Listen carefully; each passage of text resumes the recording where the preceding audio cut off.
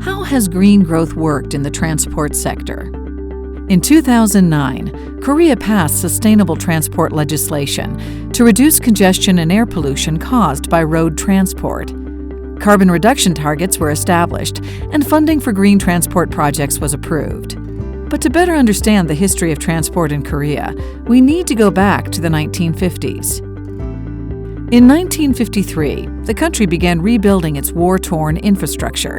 In addition to highway construction, port capacity increased significantly over the following decades, in line with Korea's growing exports. In 1970, the Gyeongbu Expressway opened, linking Seoul with Busan and greatly enhancing the efficiency of road transport for both people and goods. Korea weathered the oil and economic shocks of the 1970s better than most oil-importing countries, in part through overseas construction contracts. At home, a massive urban infrastructure program, including the construction of subways and light rail, was underway in preparation for the Asian Games in 1986 and the Olympics in 1988. For more than 3 decades, the country had relied primarily on road transport and imported petroleum for domestic transportation while neglecting rail and shipping. Like many car-dependent countries, Korea was confronting urban sprawl, traffic congestion, and air pollution. And despite the construction of new subway systems, Seoul and other cities were experiencing a deterioration of public transportation. Seoul's under-regulated bus system was characterized by dangerous driving and corruption as buses competed for the most profitable routes. Managed by the city government in consultation with the Bus Association, the Seoul Transport Reform created an integrated fare policy with revenue sharing for all bus operators. The reforms led to fewer bus accidents and injuries, and the conversion to LNG buses contributed to a reduction in air pollution. Begun in Seoul in the early 2000s, the transport reforms spread to all major metropolitan areas in Korea. The reformed bus system in Seoul was modeled on Global Bus Rapid Transit, or BRT experience, combining the speed and reliability of rail-based systems with the greater flexibility and lower cost of high-speed buses. To improve the efficiency and convenience of the overall public transport system in Seoul, new stations and transfer facilities were built, linking the bus system with light rail and subways.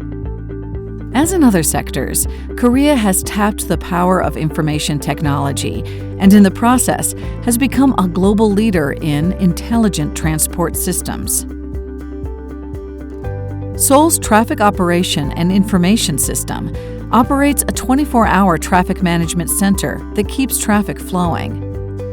The Automated Bus Management System provides real-time monitoring of bus operations, including bus location, arrival times, and route and transfer information. And to keep automobiles out of the bus lanes, there's an automatic detection system to fine offending drivers. Originated in Seoul, the original T-Money card has evolved into a nationwide smart transport card that can be used for nearly all modes of transport in Korea. Mr. Kim can travel from Seoul to Busan and his hometown of Ulsan using a single card, using it to pay for highway tolls and parking, the KTX high-speed train, subways and buses, and even for bicycles and taxis.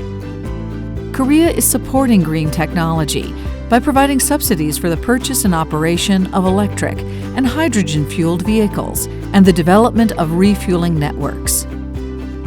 Besides automobiles, support policies for green transport technology are targeting commercial vehicles, buses, and motorcycles.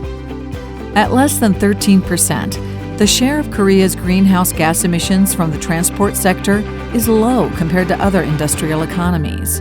Nonetheless, policies and investments are making the transport sector more sustainable.